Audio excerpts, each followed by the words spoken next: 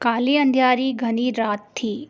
एक चुड़ैल एक गांव में घुस आती है। चुड़ैल बेहद ही खतरनाक थी। वहाँ इतनी खतरनाक थी कि जिस भी इंसान के पास जाती थी उसे अंधा कर देती थी।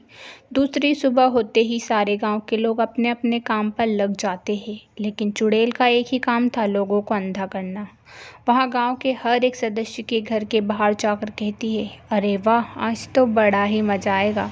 आज तो मैं सबको अंधा कर दूंगी। अरे वाह, मुझे तो बड़ा ही मज़ा आने वाला है।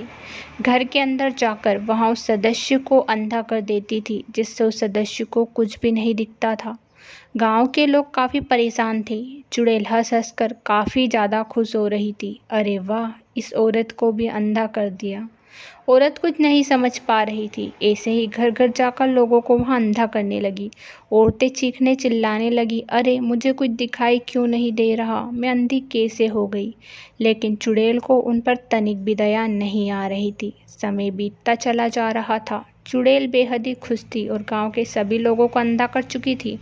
अरे वाह, गांव के सभी लोगों को अंधा कर दिया। लेकिन ये गांव के लोग क्या बोल रहे हैं? आखिर यहाँ रामू कौन है जिसको मैं अंधा नहीं कर पाई? मैंने तो देखा भी नहीं। मुझे उससे मिलना होगा, क्योंकि मैं गांव में सबको अंधा कर दूंगी, जिससे मेरी आंखों की रोशनी और भी ज़्यादा बढ़ जाएगी। गांव में ही रामू नाम का एक आदमी था, जो हनुमान जी का बहुत बड़ा भक्त था। उसके ऊपर काला साया छू भी नहीं सकता था, क्योंकि हमेशा वहाँ हनुमान जी की पूजा करता रहता था। जैसे ही रामू को पता चलता है, अरे हमारे गांव में कौन सी चुड़ैल आई जो सबको अंधा कर रही है, मुझे पता लगाना होगा। रामू गांव के अंधे लोगों के पास जाकर पता लगाता है कि आखिर उनके साथ क्या हुआ। अंधे लोग सब बताते हैं कि उन्होंने पहले एक चुड़ैल को देखा, फिर उनकी आँख की रोशनी ही चली गई।